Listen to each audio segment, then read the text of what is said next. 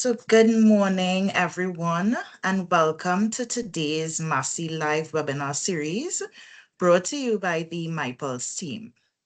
The Pulse Initiative represents our collective approach to employee well-being across Massy, bringing together webinars like this, digital tools like MyPulse, wellness challenges, and ongoing activities designed to support you in living healthier, more balanced lives. We're happy to have employees joining us from across our territories, and I know persons are dropping it in the chat. So we have persons from Barbados, Colombia, Guyana, Jamaica, St. Lucia, St. Vincent and the Grenadines, Trinidad and Tobago, and of course the USA. Thank you for taking the time to invest in your well-being. Each month, we highlight and spotlight a key wellness theme. And for August, it's Connect and Reflect Spiritual and Social Wellness, encouraging us to strengthen meaningful relationships, create space for reflection, nurture a sense of purpose, and recognize the important role connection plays in our overall well-being. Today's webinar is entitled Beyond the Group Chat, Building Real Human Connection. In a world where we're more digitally connected than ever, it can sometimes feel as though genuine human connection is becoming harder to build and maintain.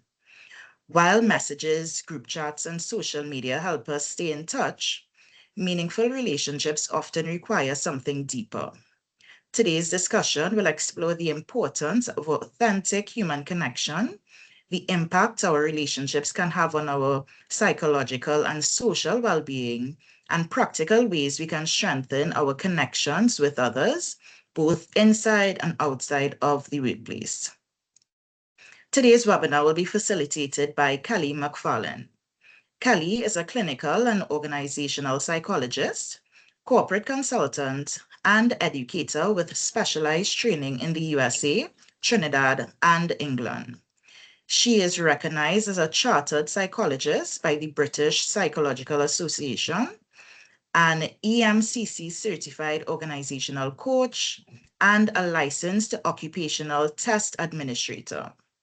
Her experience spans clinical practice, workplace interventions, lecturing, and psychological assessments across healthcare, university, government, and corporate settings. Kelly recently served as president of the Trinidad and Tobago Association of Psychologists and has been a frequent media contributor on psychological well-being and workplace issues over the past 12 years. Please join me in welcoming Kelly McFarlane. Kelly, over to you.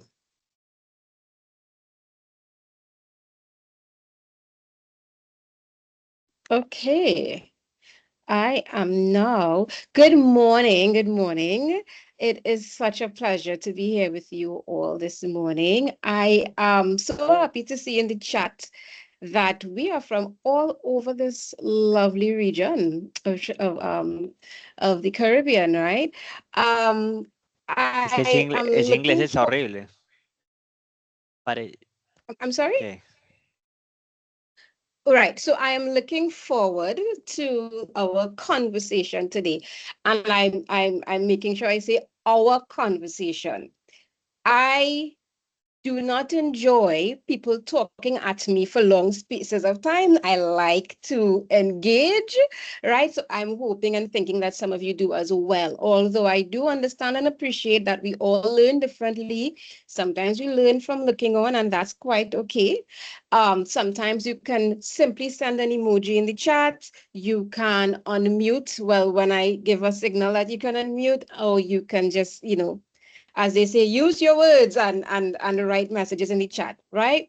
I love the phrase you used, Tony, where you said social wellness. And isn't that interesting? We have physical wellness, we have mental wellness, and we do have social wellness. And that sets us up beautifully for what we're going to talk about today.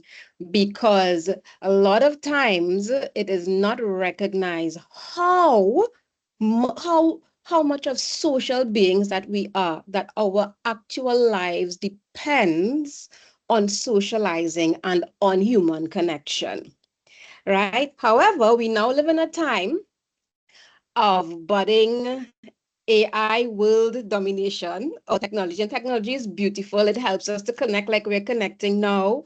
It helps people who, let's say, have disabilities. It helps us with medical care. It is a wonderful thing. But we have to remember not to lose the true essence of what it means to be human for our own sake, for the people we love own sake, and for the sake of humanity. Okay?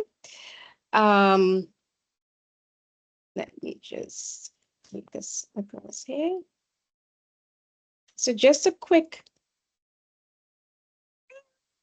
So glad we can finally talk. I missed you so much. All this time we were apart made me really think about us, and I realized how much you mean to me. I think I love. Wait, oh, you can't hear me? Oh, I was on mute this whole time? Right. So here's to hoping that doesn't happen to us today. That has happened so many times in virtual meetings. just a little funny thing to kick us off, but I'm sure we can all relate to one time or another experiencing that, right?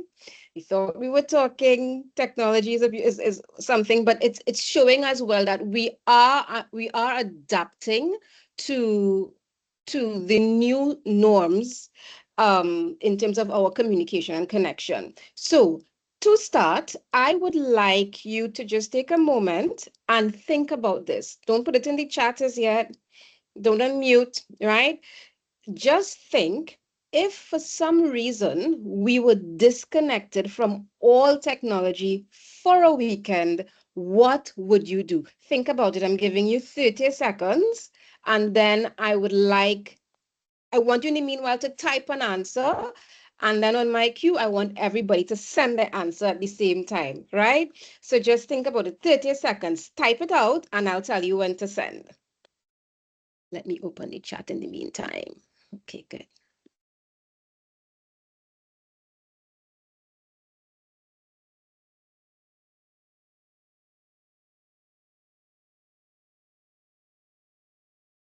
All right. And go. Let's see what we have.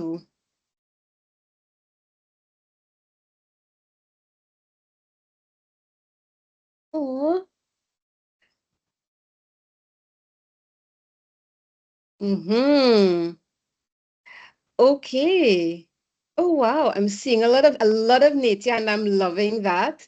I am seeing a lot of nature. I'm seeing just do nothing. Spend time with the family, but read. What I am realizing, because I'm looking at the themes here. Okay, I'm looking at the themes here to see what we all need. And that is a lot of alone time. We want to connect with ourselves. We want to connect with nature. Perhaps because during our days, we're with I don't know, friends, family, maybe working really hard and we're not having time to actually stop and really connect. So yes, it's social connection, but also we need to learn to connect with ourselves before we could connect in a wholesome way with other people. If we are tired and exhausted, and we're gonna talk about digital overload and what it does to us, right? And if we are living our lives on technology, it is highly likely that we would become a little burnt out and need time for ourselves. What I love is that, well, I mean, you wouldn't put it here probably, but a lot of times people use social media as alone time, and that's quite ironic, right? But I can see that we all need some alone time. Am I in Bora Bora? Beach read. Oh, good, real Caribbean people here. All right, beautiful. Good, thank you so much for that, right? So we see what we all desire most, um, and we are moving forward. So I'm going to tell you a story. Has anyone, let me open the chat again. Has anyone ever heard about this gentleman? I know you all know the lady on the left. Have you ever heard about Dr. Vivek Murthy? And I hope I'm pronouncing that correctly. All right. Thank you, Janelle. No? Okay, good. Okay, so let me tell you about Dr. Murthy. Dr. Murthy has a wonderfully distinguished career in medicine. He was the American Surgeon General during both Barack Obama and Biden's presidencies.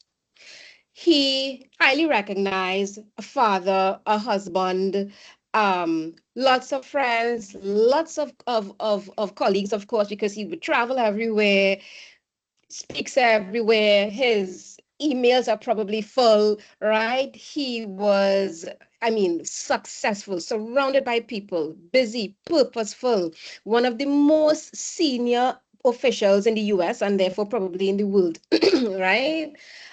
And he is also as much an example of what loneliness looks like as anyone you'd imagine. And he's spoken publicly about this, right? What happens is that is that after all of the accolades and all of the work and the busyness, when the job ended, so did a lot of that. If right, and it felt like so did all of that to him, but so did a lot of that. And he had become so engrossed in his work that he hadn't realized that he was neglecting real connection with his friends and his family. And when everything ended, he described feeling so empty and so lonely, not even understanding why. It's as though you go up and you just dip all the way down really quickly, right? And this is why psychologists don't define loneliness by how many people are around you, but by the quality of the interactions or about how you feel around those people, around the people around you, right? What is the quality of the interaction? So he has since become a big advocate for human connection. He's a great example of human connection, of us getting caught up in the everyday hustle and bustle of life, right? Of life, and ignoring connection. And he sees the importance of connection. And that is something that we will continue to talk about, because what we are seeing is this huge disconnect following as technology sort of rises, especially social media. We're finding a lot of disconnect and loneliness and mental health issues coming in, right? So we'll get into all of that, right? So right now I just want to ask you again, reminding you're doing a great job of it right now, that throughout the session, I just want you to stay connected with me in one or two, right? Or both ways. Share one word every now and then. While I'm talking, you can share one word about what you're feeling or a thought that you're having about what's happening on the screen. And you can just hit that reaction button to let me know how you're feeling about what we are doing or about what I'm saying at any point in time. Just keep the thing alive, right? Okay, good. Actually, let's do a test run. I just hit the emojis. Let me just see how everybody's doing. Are we happy? Are we feeling okay? Are we having an okay morning? Have we had an okay first bit? Oh, good. Wonderful. Wonderful. Good. Good. No, somebody said man. Okay, well, hopefully some of this connection will help. Lovely, lovely. Laverne, you wanted to say something? I see a hand up. Okay, maybe that was an error. Okay, good. So we are here to talk about the importance of genuine human connection. So I want you to think about the last time that you had a conversation that lasted more than 15 minutes, right? About anything other than work and all the other heavy stuff that's happening in your life. Think about how you felt after that conversation. Um, Following maybe a week of talking to people who you have to connect with for work and practical reasons. When you think about that richer connection, what do you notice? You don't have to put this one in the chat, right? Actually, yes, it would be good to put this one in the chat. But what do you notice about how you feel, how you think, how you show up, how you present, what your face feels like, your muscles feel like when you talk to someone or have a conversation with someone that you feel deeply connected to.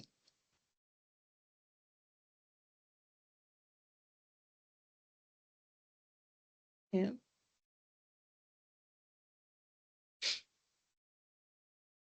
So we are, as human beings, we are, as her church says, what does it say? We are simply not built to survive in isolation. When we have meaningful connection, we feel seen and understood. It's reciprocal. The person and us listen, we hear, we reflect, right? And I'll tell you something that would probably kind of drive it home a little bit. Feelings of exclusion register in the same part of the brain as physical pain.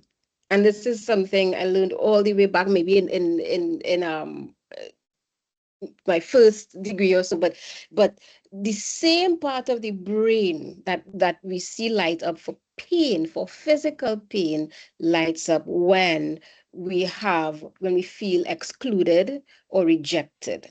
So making someone feel significant or like they matter is one of the most fundamental needs that humans have. Right, so we'll circle back to that a little bit when we come to the end and we're talking about things that we can do to make a difference in our lives. And so that brings me into we are wired for human connection.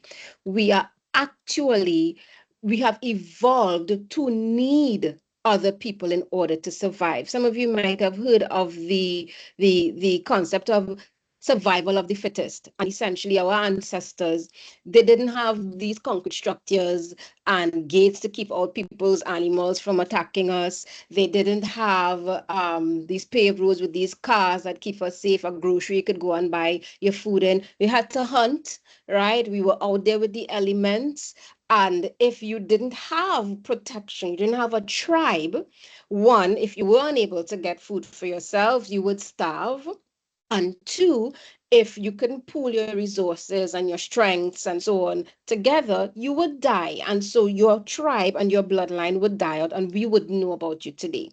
So those of us who are here, who have survived, we have come from ancestors who had to rely on other people. That is how our biology is wired. So if someone says, I don't need people, that goes against all of our biology. It literally does, right? So we need to feel safe in our lives to survive. We need to be safe. And so because of all that I just said, we form attachments, we form bonds, we connect to people who we trust and who help us feel safe as much as we could control it, right? I know people, sometimes we come from abused backgrounds and so on, but we still connect to people, to other people for safety and for survival. So proximity, being connected to your primary caregiver is very important for our survival, right? So do you even, if you remember what happened during the pandemic, right? There was, when we had to be socially isolated, there was so many cases of mental illness and suicide in Trinidad and Tobago. Some made the news and some didn't, right? Even among youth. And this is where we really started when I say we as a country, right? Really started paying attention to youth, child and youth mental health. Of course, our community knew about it, but people are now had to make the shift from where you have to be stressed and worried about, go to school, to, oh my goodness, this is a real thing. Children feel depressed and anxious. And then there was this whole idea of the COVID babies as distinct from babies born before and after the pandemic and the lockdown. And these are, I mean, most of the children born around that time are fine or are resilient, have shown resilience. But the COVID baby sort of syndrome is these children who had these slight delays in social social communication and speech development and fine motor skills, right? Um, and because they didn't have access to their extended families and preschool and these things, right? And that goes to show you how important it is for us to be connected to other human beings. Apart from our survival, our very learning to navigate this world depends on it, right? Without human survival, without human connection, we don't survive. Human beings don't survive very well, right? We also regulate each other, believe it or not. And of course, we know that other human beings could affect how we feel, but we help regulate each other to feel, to relieve stress, right? To settle our nervous systems. Again, think about a baby with their mother, with a mother who is present and who is calm. The baby could calm the mother, and sometimes the mother could calm the baby, and sometimes the baby calms the mother. If you look at these pictures at the bottom of the screen, and you could just kind of, just a visual, just a reminder of how we connect from infancy to create safety, to be able to develop throughout the world. I'm going to give you a real, just now. All right, right. So I'll talk about this first. Right. Just to really drive it home, how important human connection is. 29%, we have a 29% higher risk of early death when we don't have good human connections, a 29% higher risk of heart disease, 32% higher risk of stroke, 50% increased risk of developing dementia. And this all stems from one behavior, which is social isolation, right? So Murthy and them, right? The U.S. Surgeon General. We always say about the U.S. Surgeon General says, but the U.S. Surgeon General has found that the physical effects of social isolation are comparable to smoking 15 cigarettes a day. So I'm really connecting this stuff for y'all, right?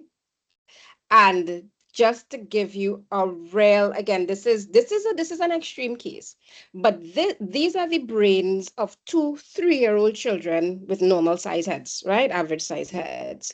And what this shows is from a CT scan is the smaller brain is a brain that developed abnormally because of sensory neglect in early childhood. This would be extreme neglect, right? This would be extreme neglect. But I'm just using it to draw a point, right? And it shows us the negative impact of neglect on the developing brain. Of course, there's a spectrum now. You want there are different levels of neglect, but we're seeing that it affects us because we need human beings even to develop organically, right? So that's just to kind of give you a real view of how we need a human connection.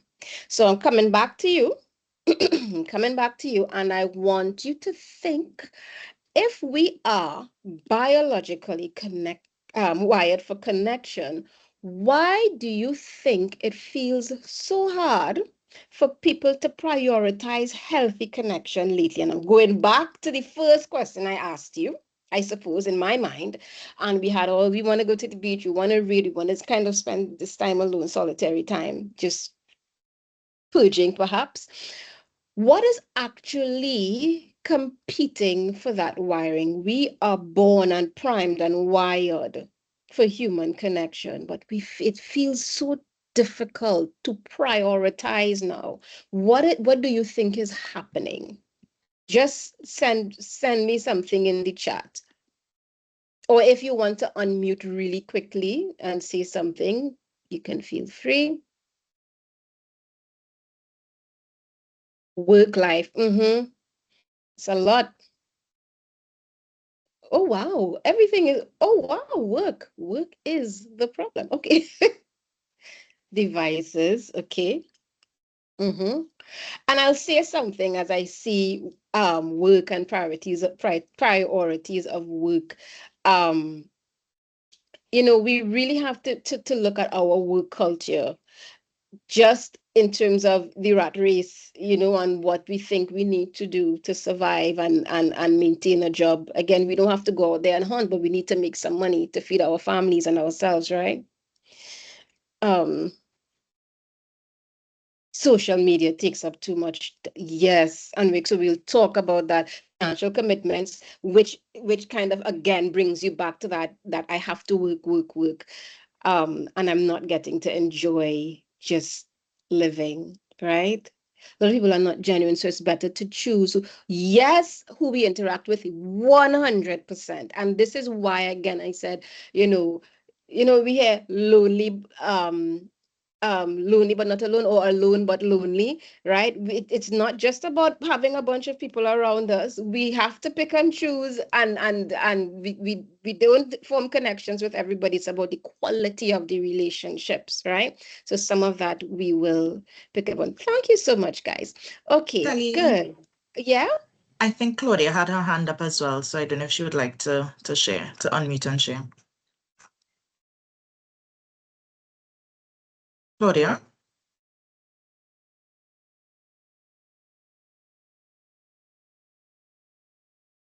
No? Okay, I guess she changed her mind.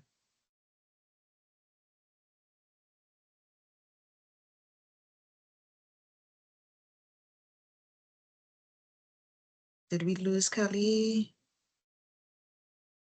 We did. Guys, give us 2 minutes as we try to get Kelly back in the meeting. I guess this is where technology is disrupting us trying to connect this morning.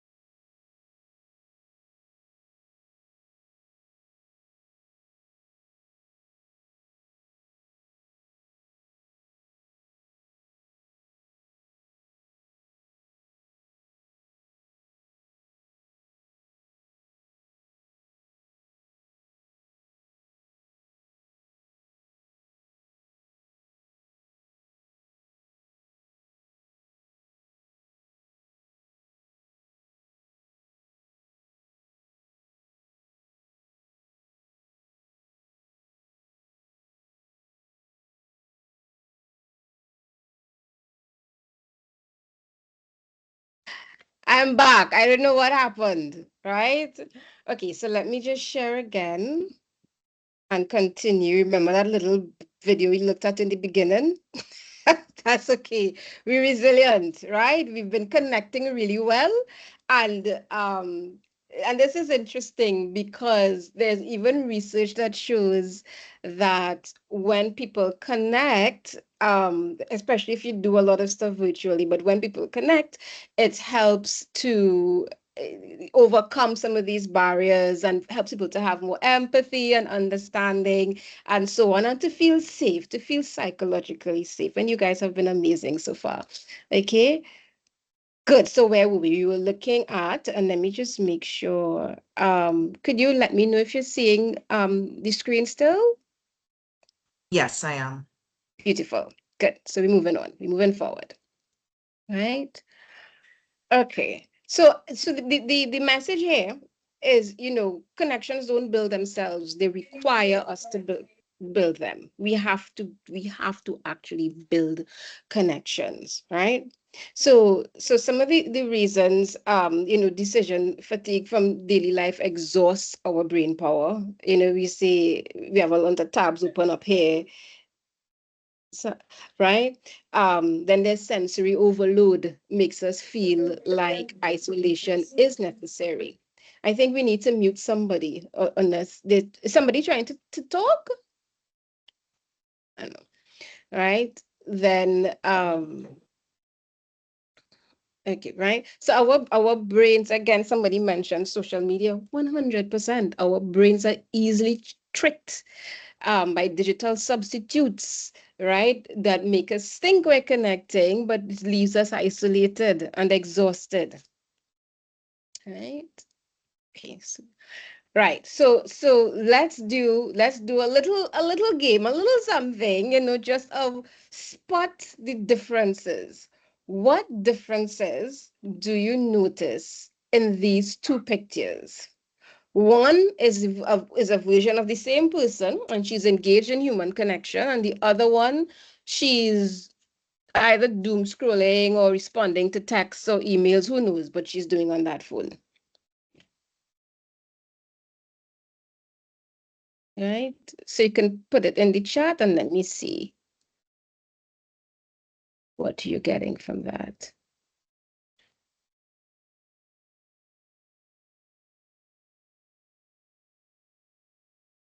Let me just take this off, put it back on. Good. All right, let's see. The cup. Oh, somebody picked up on the cup. The position change, but what? Right? Okay, smiling while talking. Yes, because she's actually talking and connecting with someone. Hopefully, well, clearly it's a good conversation. Um, TV missing. TV missing, but there's also, yes, the TV is on somewhere else. Good. TV on and not watching. The coffee about to fall off. Yes. Exactly. TV is on and she's not watching. Those are two of the main ones for me, right? And the coffee is about to fall off the table and she's none the wiser. She probably was drinking and just rested down looking at the phone, and it's almost going to fall off the table, right? Good. And she's really intense, whatever she's looking at on the phone, right? Right.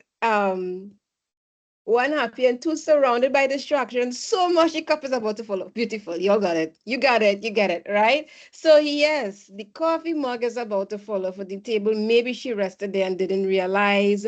The TV is on. She's probably not present in her, just not present, right? The TV is creating more distractions. It's cognitive distraction, whether we recognize it or not. There's a lot of stimuli, right? Her posture is different. So sometimes we don't even realize what we're doing when we're on social media.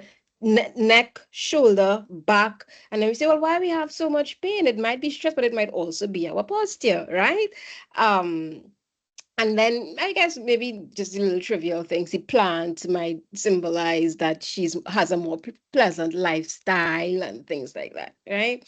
So that is just to sort of draw to your attention that the difference between human and digital connection. Attunement, being attuned to your environment, connected with your environment, attentive to your environment versus, well, I'm here, I'm available, because I'm texting something, right? So when we have human connection, we display understanding and safety, or we experience understanding and safety, right? We feel calmer after contact with somebody that we are properly connected with. Even if it's to discuss something negative and hurtful, we feel calmer, we feel valued because people that we are properly connected with um, would pour, the wonderful things into us. They see the greatness that we are and the things that we're doing, things that we don't see in ourselves here. Again, that we regulate each other. Somebody who has empathy, you could connect with a lot of people who don't have empathy for what you're experiencing. They just want you to snap out of it and do what you have to do. Don't make a fuss, right? We feel like we belong, and that is one of our basic human needs. If you know the Maslow hierarchy of needs, one of our basic needs is to belong, because again, it goes back to biology, right? If we don't belong, we are not safe. We need a tribe. We need our people, right? And then with digital connection, while digital connection does help to foster some of this, because in between seeing people, of course, it's wonderful to keep up via WhatsApp or to make plans for things, when you're not with your team in person, you could talk to them off person, but we want balance, right? The digital connection tends to be fast and convenient, and we don't even recognize it, we just live it, right? High frequency, lots and lots and lots of messages, notifications, low effort because it's just whatever she's doing there, she's zoned out, right? Um, Reduce nonverbal cues. I don't know when I send messages or when people send messages to me, what their face looks like, if they have tears in their eyes, if they're smiling and saying something, right? Um, and then we're always on, but we're not necessarily attuned. I saw an episode, I don't know if any of you know the skit comedy type show called Key and Peele. It's a Comedy Central show, but I saw one where one of the friends was messaging and the other friend is responding and he's smiling and responding, okay, yeah, whatever. And the other friend is getting worked up because he, whatever, you don't care, right? So a lot of times we could misinterpret things if any of you know that show. All right. So take a listen to this. You've been playing your new little video game all day. When you say it in that tone, it implies that Luke and I haven't been spending quality time together, which we have. Can I talk to him? Sure thing. Luke!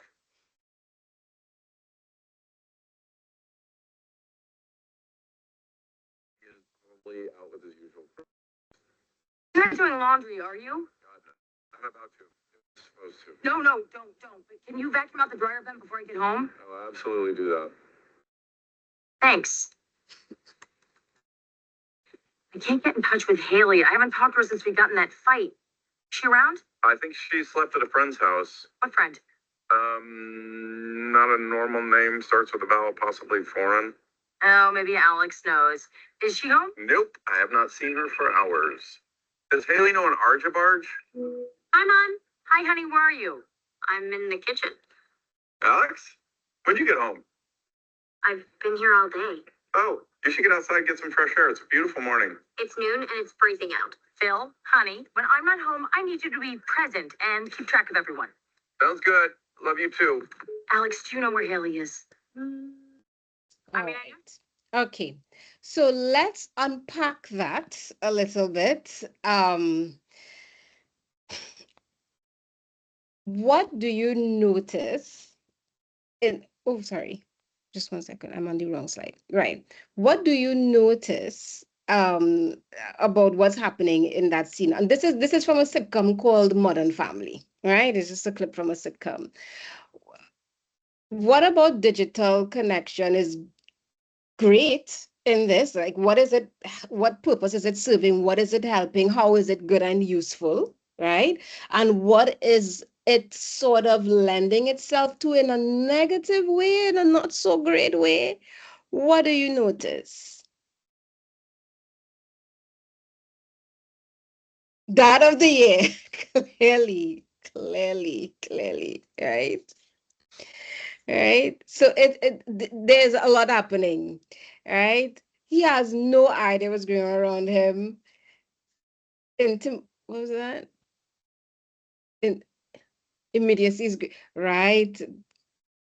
Good that the mom could right, so they could connect instantly, immediately. Good because she's probably out of the country, helps everyone connect, right? Especially when mom is not home, and God knows with that of the year she needs to be able to connect when she's not home.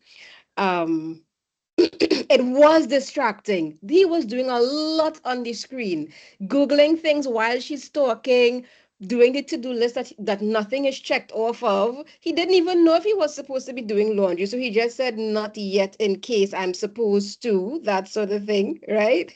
Right? So he's completely absent. He doesn't even know what outside is like. He doesn't know that it's noon. He doesn't know that it's winter or that it's cold, right? He's telling his daughter to go outside. It's a lovely morning. Maybe he does need some fresh air, right?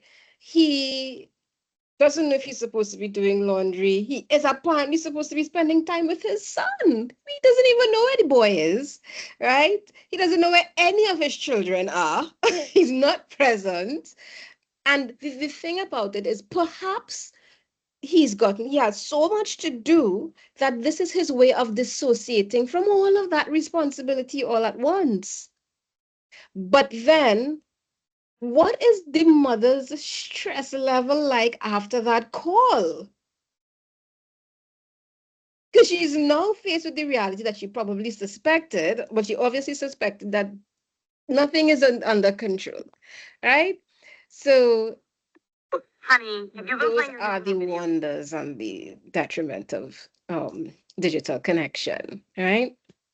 So right, so digital overload, I promise I will talk about this. If you know, it's mostly about fragmented attention, right? That we have to pay attention to all these little things that's happening constantly, or that we do pay attention. So you don't realize how much, okay, a notification pops up. You feel that sense of urgency to respond to that. You were supposed to be doing this email. Oh, I was supposed to go online banking, and you're doing all of these things at the same time because it's right at your fingertips, right? And your brain, our brains are now getting accustomed to figuring out how to do a bunch of things at once.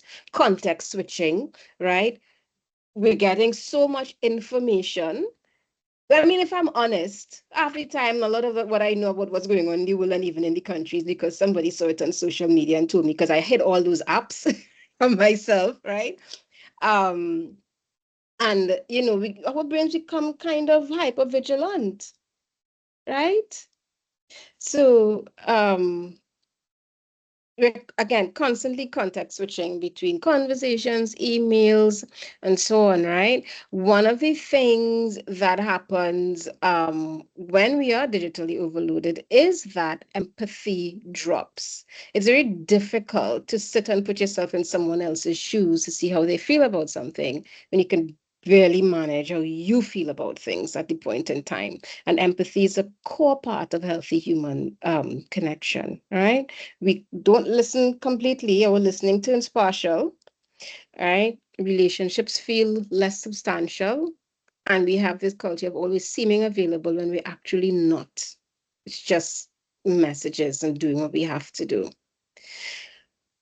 The reason, I said this at the beginning and I said I'd come back to it. One of the reasons why we really care about this topic is that we've been noticing a big social sort of disconnection problem, right? Uh, Technology is supposed to be connecting us more, but we have more loneliness than ever in history. And loneliness is associated with death, as I drove home to you earlier with the brain and the statistics and all of that, right? Right. So that is a cause for concern. This is important stuff, right? Digital overload has a lack of human connection has a cognitive, social, and psychological impact. All right. So yes, the research is interesting. What we're seeing across generations. When I do these things, I love to talk about generations because in the workplace, as parents, as neighbors, aunties, uncles, we interact with people of different generations, and there are big differences, right? I mean, there's often this struggle to understand the different generations. But what we're seeing is that 95% of 15-year-olds spend time on social media on a typical day, right? They average almost 35, 15-year-olds, 35 hours per week on social media, on average. So some are more, some are less, right? And they spend more time browsing than actually communicating with other people on the social media. Added to that, we are seeing that younger generations like Gen Z and millennials are experiencing more loneliness than older generations. And I've been asking the question for the past year or two, why are so many young people dying of heart attack and hypertension and cancers and all of these things? I mean, apart from our diets and our lifestyles, what is going on, right? Um, so even though Gen Z and millennials are more technologically connected, we experience more loneliness amongst those two generations, right? People from older generations, research shows, have stronger connections and less loneliness and more relationship satisfaction than younger people, even though younger people have more face-to-face contact time. So what is that telling us, right? The real kicker is that more in-person contact time does not protect younger people from feeling lonelier. Right? And the question is, how come? And I'm going to answer it for you right away because of the interest of time. The quantity, and I told you earlier, right? The quantity of contact is not the same as the quality of connection. Somebody said it in the chat, actually, right? Not everybody, a bunch of people around you doesn't mean that you're all connected and happy and cozy and you're getting what you need at all. When I was studying in another country, I remember there was no one like me in any way. Well, where I was, right? Culturally, racially, ethnically, nothing, right? And that felt exciting at first. I mean, just because you're meeting people of new cultures, but it got really old really quick. It is not fun, right? So we need proper connection. Sometimes culture, ability to communicate, things you have in common matter, right? Now, I just want to draw to your attention, loneliness and solitude is different. Of course, loneliness is emotionally painful. We don't want it, right? We could feel lonely even in crowds like Dr. Murthy, right? And solitude is something we choose, right? It restores us, it's peaceful, it's psychologically healthy, whereas loneliness, some of these symptoms, you'll feel sad, you'll feel empty, low self-esteem, low energy, constant boredom, getting sick a lot because your immune system is impacted by things like loneliness and psychological illnesses or experiences, right? Negative psychological experiences, right? So I just want you don't have to put the answer in the chat, or rather, don't put the answer in the chat. But if you have a pen and a paper, that'll be great, or you can do it in your mind. Over the past few weeks, how often have you felt that you lack companionship? Do it on the scale underneath, right? Never, sometime, often. Often is 3, sometime is 2, hardly or never is 1. So just take a moment and just complete that in your mind.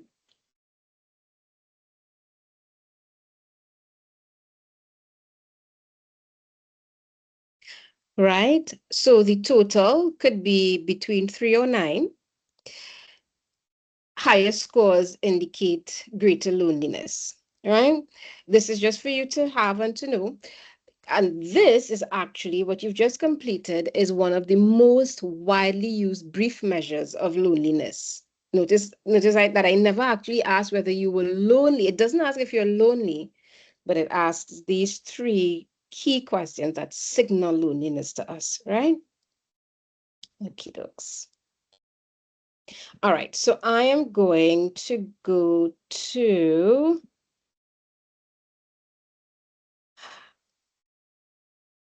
just one. Right. Why we look at this in the workplace is that the average person spends about 90,000 to 100,000 hours of their life in work, right? Whether it's virtually or in the office, whatever, the adult lifespan, overall lifespan, we spend this much time, right? Um, so if we put that into working hours, adult working times, but during the period of work up to I think age 60, and a lifespan of about, let's say, 80 being the average, we work for approximately 30 to 35% of our waking hours during our working age.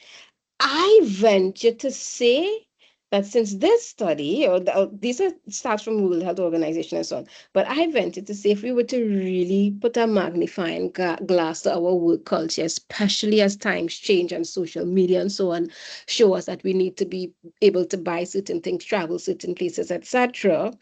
I want to think that this number is a little bit higher, right? We don't want to get to 50% people, but it's a lot, right? Just a quick thing, check yourself. I want you to just look at your computer, look at your web browser, um, and see the exact number of tabs or apps rather, that you currently have open, right, on your screen. And if you're brave, drop it in the chat. Right? I did this with somebody recentish, and that person found that they had 17 tabs open, so maybe different windows, tabs, and WhatsApp on the computer, right? So it's like, do we even recognize we're flooding ourselves like this? Do we? Or is this sort of becoming the unhealthy norm? Yeah. Well, oh, y'all doing good. One, four, five, one, 19. See, we have a 19. It happens, right? We have a 12. Yes. It would be interesting because the researcher brain in me wants to know, well, what do you do? What is the age group? What generation? How come? Are these things work things? Are these things research things? You know, two apps and four programs. Oh, that's a lot of bandwidth. Yeah. Yeah. Excellent. Good. So we see, right? Again, there's something called the boiled frog syndrome where we don't even realize that we are getting consumed by something. We're just getting consumed by it, right? So it would be so that now brings us to shifting our focus or lending some of our focus in our lives to rebuilding real connections. If you have your real connections already, great. Teach, help others set boundaries and prioritize it. It's the way of the world. It's a better thing for our health, right? But it's important to understand that making the decision to rebuild healthy connections is not something that has to be time consuming or a big other task in your life, right? It could be simple things as setting boundaries, and the boundaries don't have to be hours and hours and you do what works for you. There's no one size fits all. Being present. So let's say we say, well, we're going to make sure we have breakfast together every morning. We're not going to be doing a whole lot, or we have dinner together every night, and then I get back to whatever I need to get back to. For that 15, 30, however many of minutes of dinner, you have to purpose to be present. Leave the phone somewhere else. Be a good listener. Listen like a psychologist with curiosity. Listen with curiosity. Listen, um, be intentional. Find little ways to connect.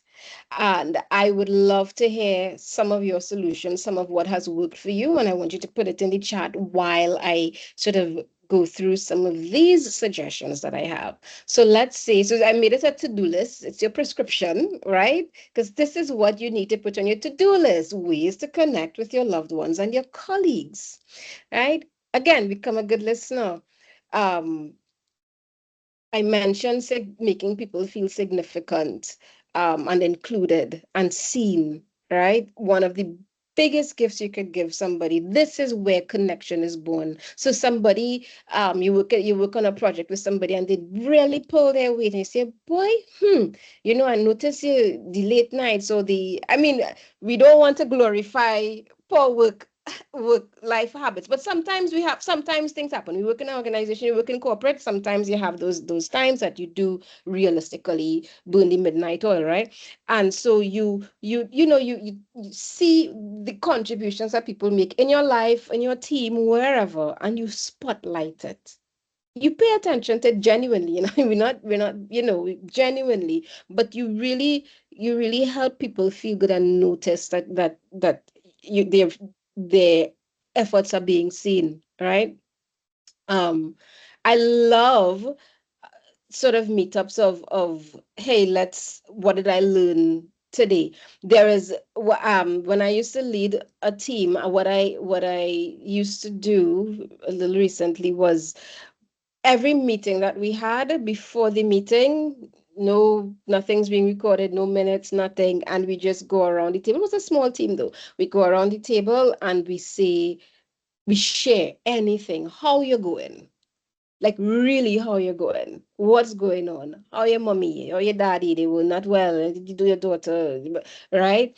And we really check in, and that made the biggest difference in that team, like you would not believe. And it was consistent to the point that people started coming to the meeting and say, oh, I have something to share today.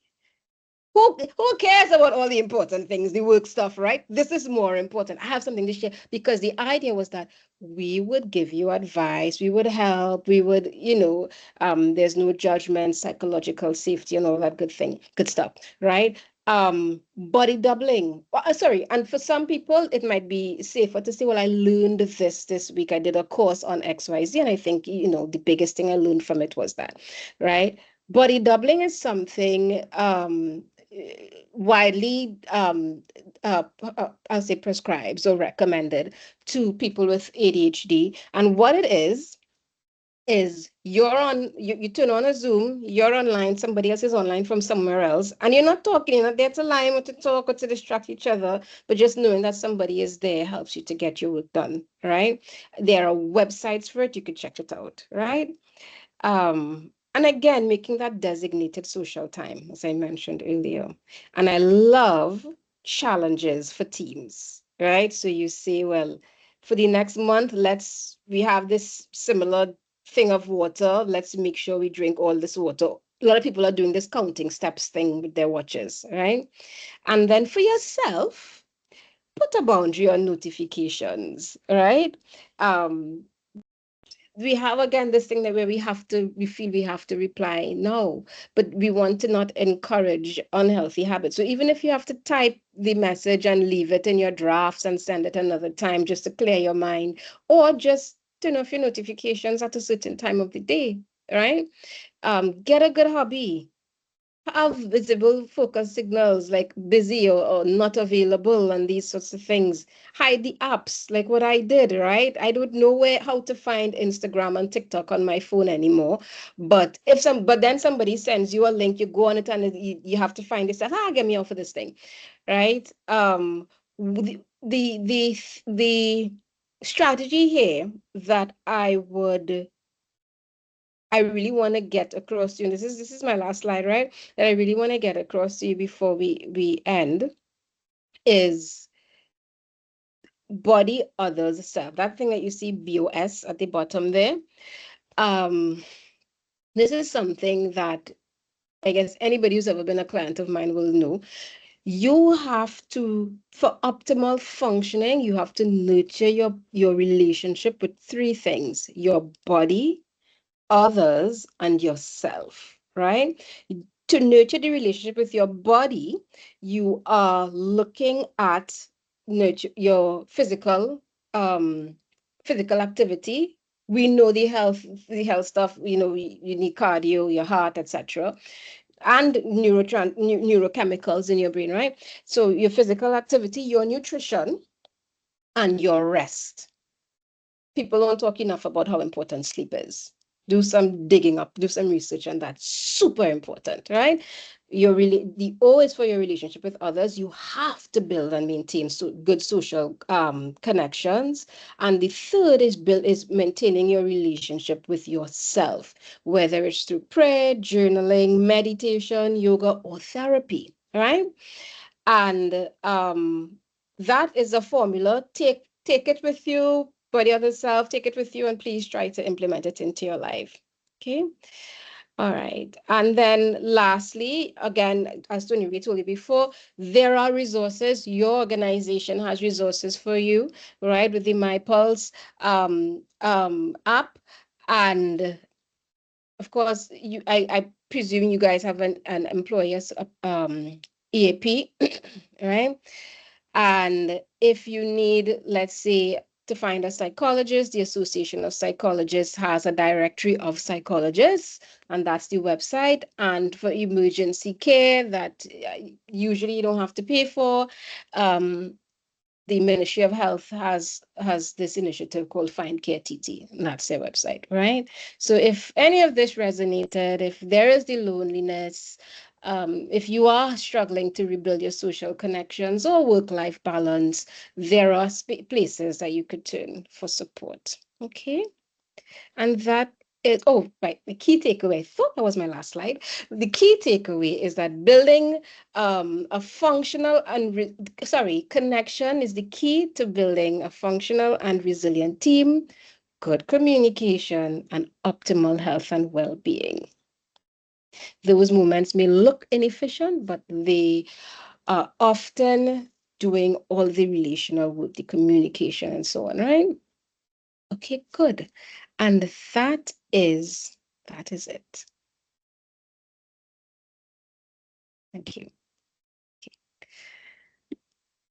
Thank you very much, Kelly, for that wonderful and insightful presentation. I know persons may have some questions, but I just wanted to share some of my key takeaways. I Sure. think the relationship between social well-being and physical well-being is one that we don't really pay much attention to. So understanding that social exclusion, registers in the same place in the brain as physical pain, that was like mind-boggling to me. Of course, the physical damage of long-term social isolation and loneliness is similar to smoking up to 15 cigarettes. Again, very, very crazy. And I think it's something that we can relate to because a lot of times persons focus on physical well-being. You know, they're exercising, everybody want to look good. But understanding the relationship between your physical health and if you want to look good and have a long life, this is something that we cannot ignore. And as I said, we're very social beings. Most persons enjoy social connection and enjoy persons' company. I know these days it's a thing to say, oh gosh, my social battery low. I can't deal with people right now. I fed up people in and all these things. And of course, it's definitely true because it is exhausting sometimes to keep that interaction going and be there for persons. But I guess for everyone it will be difficult or different, and we just need to take these things in doses. So those were a couple of my takeaways. I'm not sure if anyone has any questions. For Kelly, I know we are over time, so if you will give me 4 more minutes, I would really appreciate Sure, it. Yes, no problem. Yeah. Thank you. You're welcome, Kezia. If you have a question, you could raise your hand and I could unmute you. Or if not, You're welcome. I'm sure Kelly will take any questions after the fact. You could share it with us and we would get it to her. Yes, you can. That is absolutely okay. Oh, I'm Yeah. so glad you guys appreciated it. And thank you. I always, whenever I do a talk, I always thank thank the people that I spoke to, because Of I course. cannot do this alone. I need interaction. I need Yes. connection. I need we know, right? But I need connection. And when Yes. people participate, it makes things so much better. Right? So I am very thankful for you guys for your input. You've been wonderful. Thank you, Yeah. Kelly.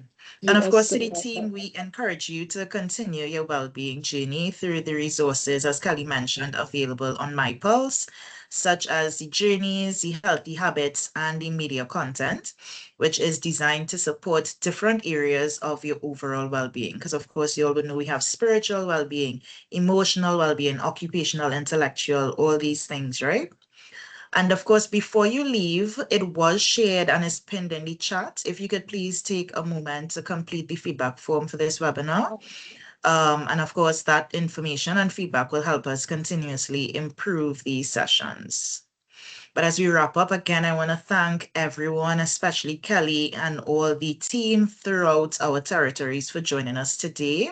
And we look forward to seeing you at our next session. Stay well, everyone, and take care. Thank Bye-bye. you. Bye. Thank you. Bye, everyone. Bye, Lisa.